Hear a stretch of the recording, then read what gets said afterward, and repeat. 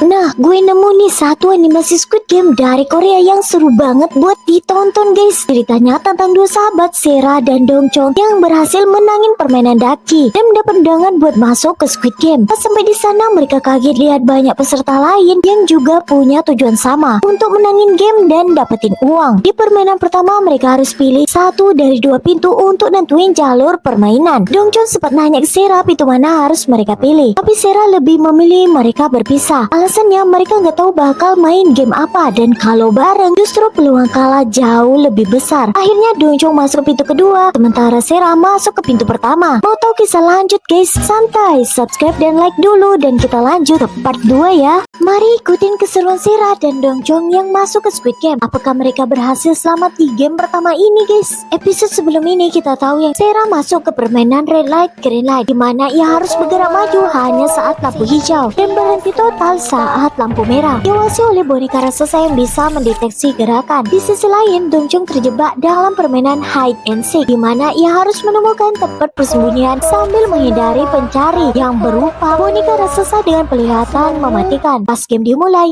mereka berdua shock banget lihat pemain yang gagal langsung dibunuh. Sera yang menghadapi tantangan besar jika seorang pemain cedera coba berlindung di belakangnya, memegang lehernya erat-erat. Hal ini membuatkan pergerakan Sera melambat dan waktu yang tersisa semakin menipis, mengancam keselamatannya. Di sisi lain, Dongchong mengalami dilema ketika seorang nenek tua memohon agar ia menyerahkan tempat persembunyiannya. Untuk bertahan, Dongchong terpaksa bersembunyi di celah bawah kaki boneka raksasa, sebuah tempat yang sangat berisiko. Meskipun menghadapi situasi yang sulit dan nyaris gagal, Sera dan Dongchong berhasil melewati permainan tersebut. Namun trauma dan tekanan dari permain pertama ini hanya awal dari tantangan mematikan yang akan mereka hadapi berikutnya.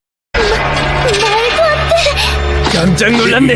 좋아, 우리 좀 가자. Di tantangan kali ini, Sera dan Dongchong akan bermain permainan penentu nasib Hongpingpa plus Feeling Game, di mana mereka harus membentuk satu tim untuk membuat benteng pertahanan. Sera yang dipilih menjadi tiang akan langsung berhadapan dengan musuh dalam duel Hongpingpa alias batu gunting kertas. Masalahnya, mereka benar-benar memprihatinkan. Mereka berdua harus bekerja sama dengan pria cedera di kakinya dan seorang nenek tua. Karena merasa bakal kalah setelah melihat pihak lawan yang badannya segede hak semua, Dongchong pun coba meyakinkan mereka dengan menyusun formasi agar yang terkuat berada di tengah untuk menompang benteng, sementara si nenek ditempatkan di depan sebagai tameng awal agar tidak terkena serangan langsung. Dengan penuh percaya dan strategi itu, mereka memulai permainan. Ketika pihak lawan coba naik, mereka pun mulai beraksi dengan senjata yang aneh, namun gak berjaya jatuhin pihak lawan. Bermaksud mereka harus bertahan sekuat tenaga melawan beban dari tim lawan dan berharap Sera akan menyelesaikan permainan Hongpingpa dengan secepat mungkin. Di momen kritis, Sera mulai teringat kebiasaan buruknya di sekolah dulu. Selalu kalah kalau memilih gunting. Tapi kali ini beda. Dengan percaya diri, Sera mengambil keputusan besar memilih batu. Dan yes, keputusan Sera ternyata tepat guys. Lawannya memilih gunting dan tim mereka akhirnya menang. Benteng selamat, mereka pun lolos ke babak selanjutnya. Namun pertanyaannya sekarang, apakah nasib baik masih berpihak kepada mereka berdua guys? Stay tune buat keseruan selanjutnya.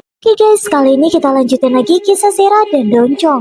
Di permainan ketiga dinamakan dua orang tiga kaki. Sera dan Dongchong akhirnya berhasil mencapai permainan ketiga. Tapi ada twist yang bikin suasana gak enak karena mereka harus melawan tim si bapak dan si nenek. Wah, gue jamin set ending nih guys. Apalagi Sera dan Dongchong sempat mohon pada Pinggat untuk menukar tim lawan. Sayangnya aturan gak bisa diubah. Permainan pun dimulai dengan kaki yang diikat bersama. Walaupun Sera berat hati, kedua tim harus berlari secepat mungkin. Semuanya berjalan lancar sampai tiba-tiba si nenek tersadung dan jatuh. Sera yang mengkhawatirkan tim si bapak dan si nenek langsung berhenti. Dongchong yang fokus pada permainan memberitahu Sera mereka nggak punya waktu, lalu membawanya lari. Melihat Sera yang masih ragu, si bapak kesal dan akhirnya bangkit sambil berkata tegas, mengatakan mereka nggak bisa bertahan jika masih berpikiran seperti itu. Karena semua permainan di sini melibatkan hidup dan mati. Setelah itu mereka berdua langsung tancap gas, bahkan sampai mendorong Sera hingga jatuh. Tim si bapak kini berada jauh di depan, sementara Sera dan Dongchong masih berjuang mengejar mereka.